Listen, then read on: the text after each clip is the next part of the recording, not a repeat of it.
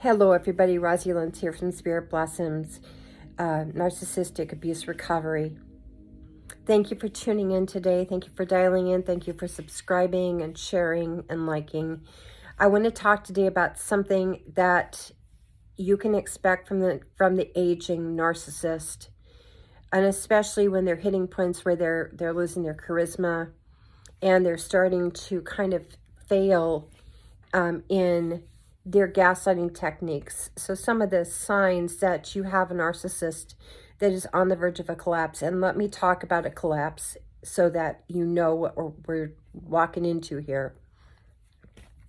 A narcissistic collapse is where they go into a depression. If they are inclined to drink or use drugs, there will be an increase in the frequency of drinking and using drugs, and by themselves, isolating themselves. They may disappear for days, weeks, months at a time. They may go off grid and have their entire family alarmed because, have you heard from John or Sally? I haven't heard from them. So what's going on with them, right?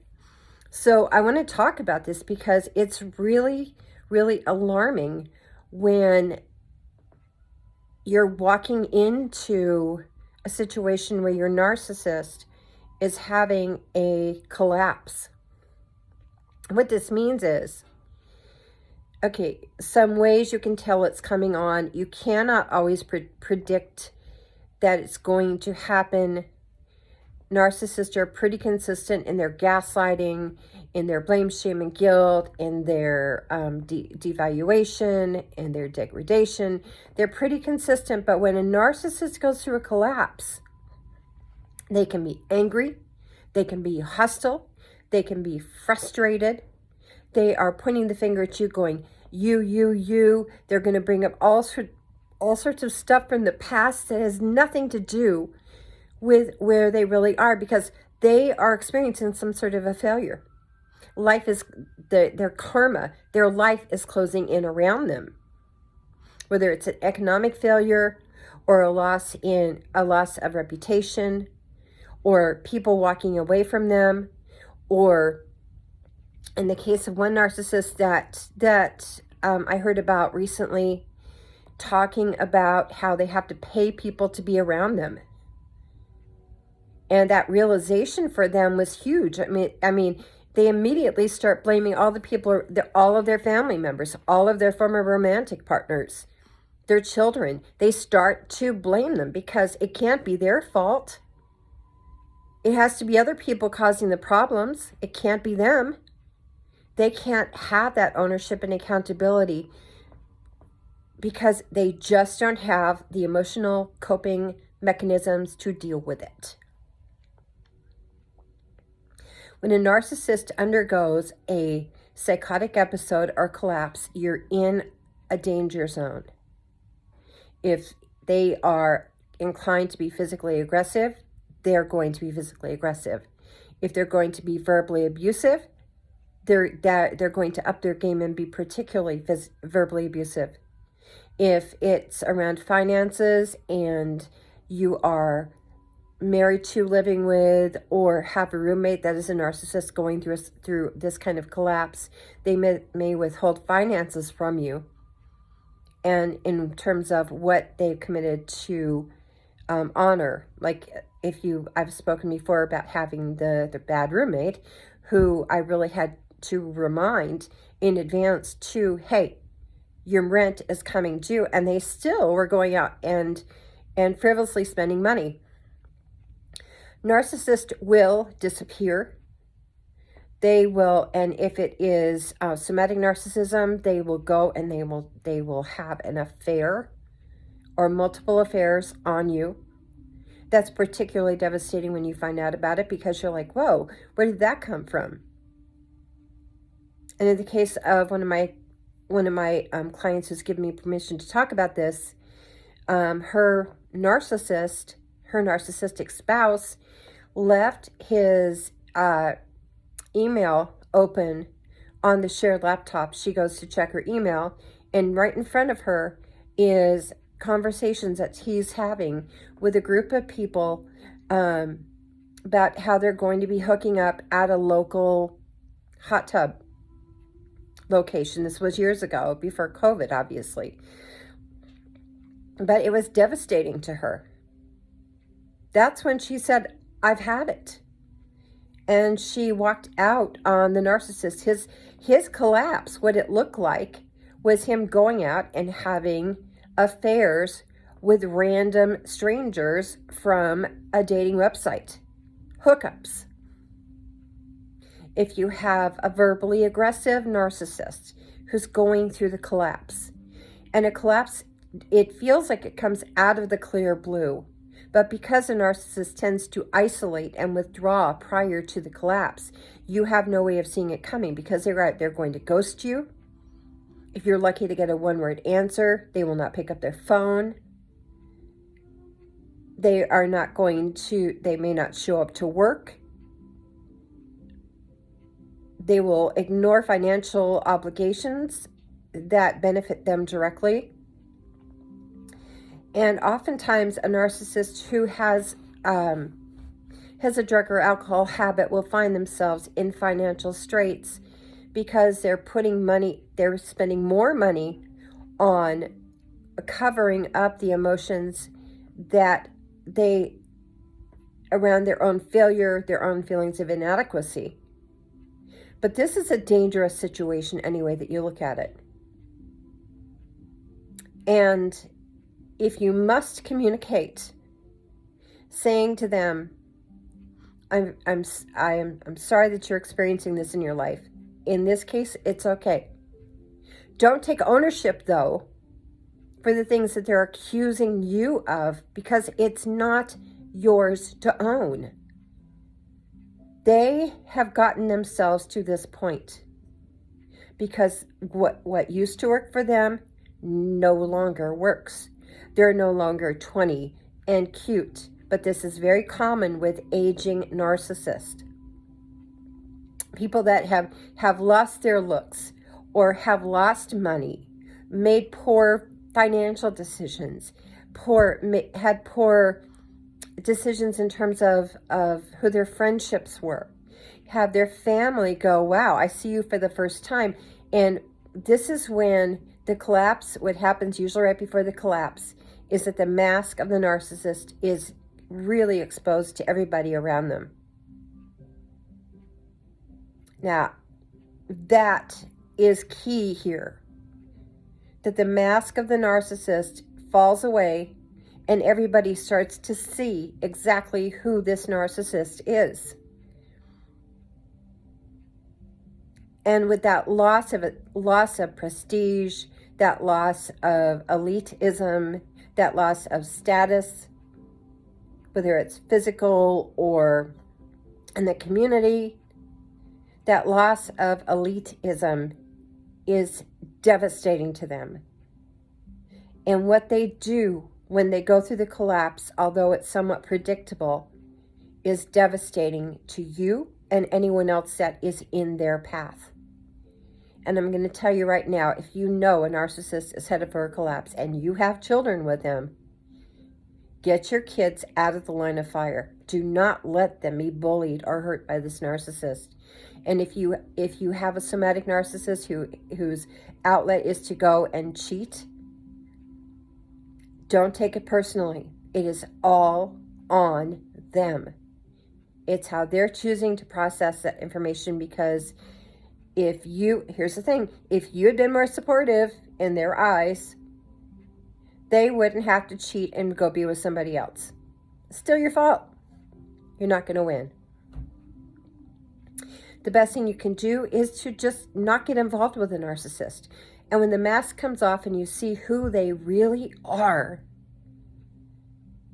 wake up. Smell the coffee. Realize that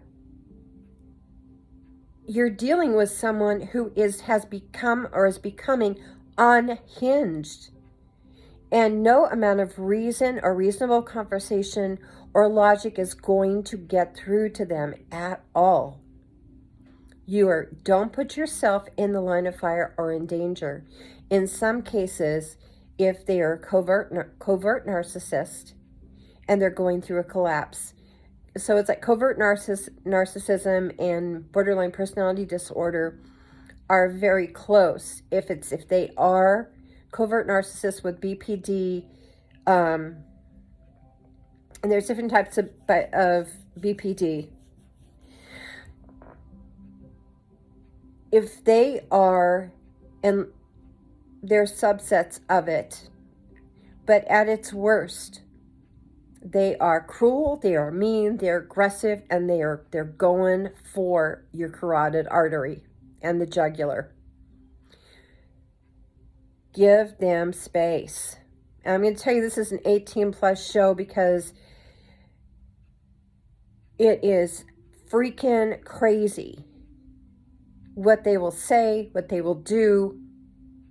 And if you actually have the courage to stand up and walk away from a collapsing narcissist, you're going to get it coming and going. You may have to block them for a while. And if you have a narcissistic boss who goes off unpredictably and has these sort of psychotic episodes from time to time, where they're experiencing failures and issues in their life, or let's say that their spouse finally got wise and said, screw this, I want a divorce, I want out. Or their kids no longer talk to them because they cannot trust their parent.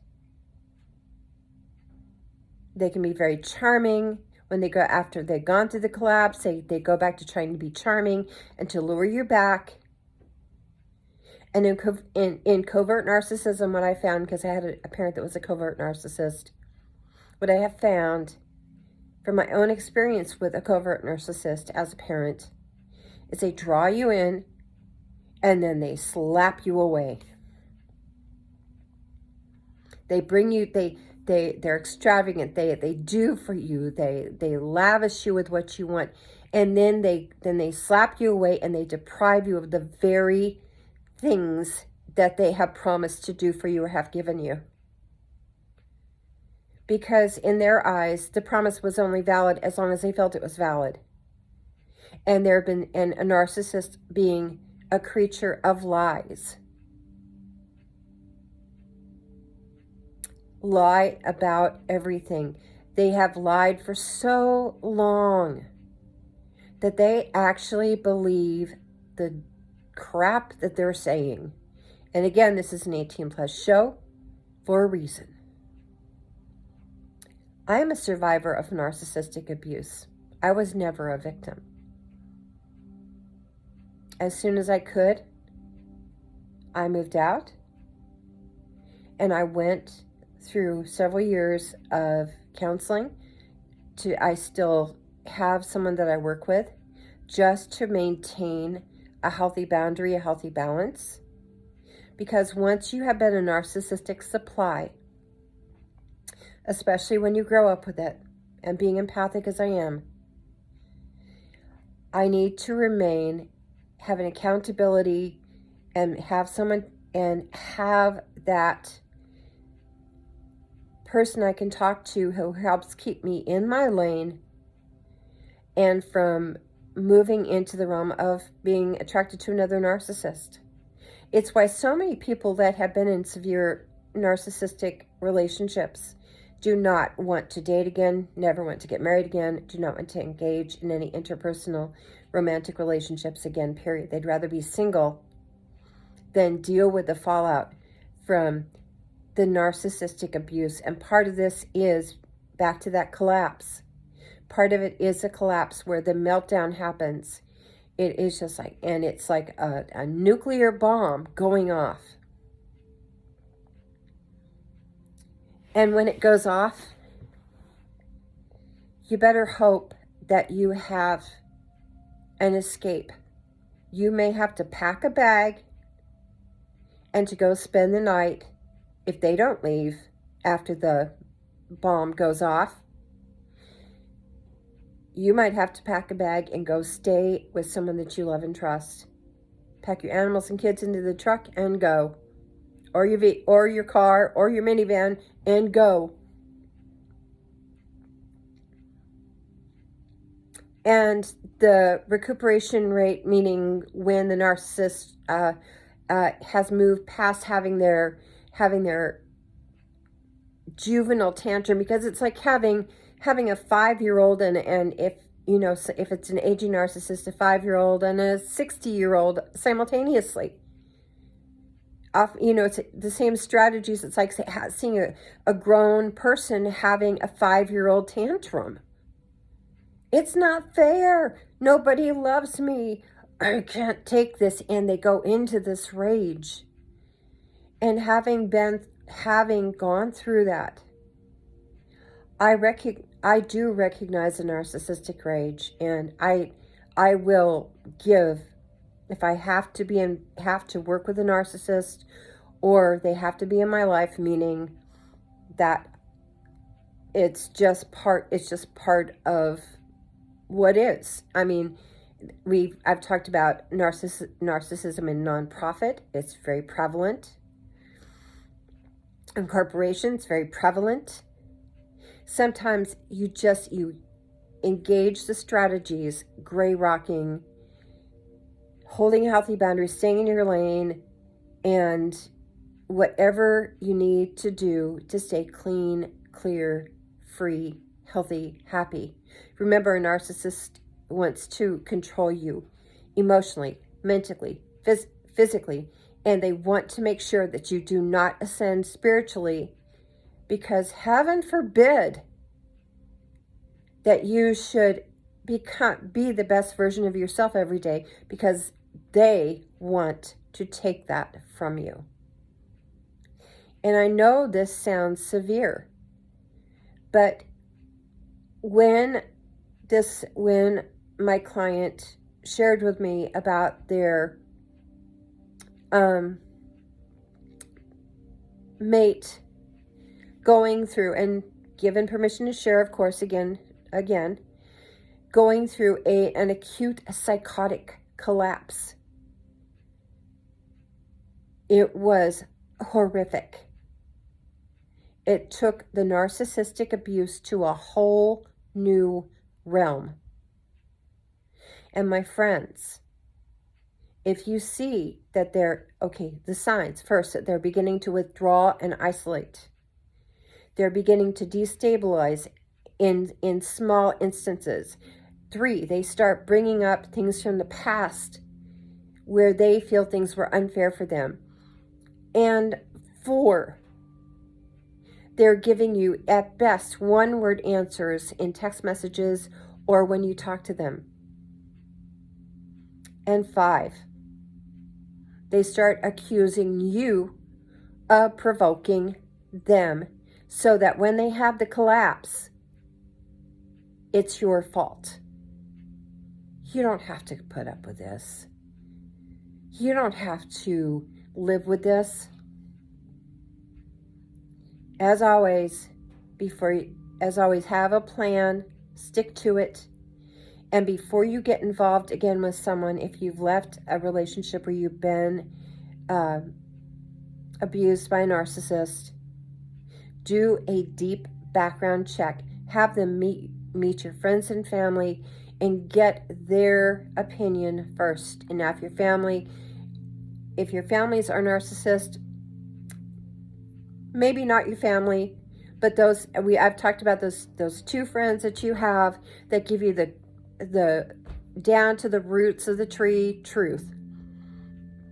Ask what they think. And if the person that you're considering dating does not want to meet your friends, and they do not want you meeting their family, that is a huge red flag.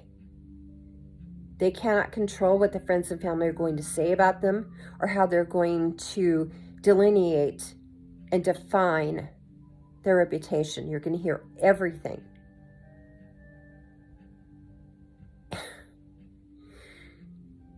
But if you do happen to meet the friends and family by chance,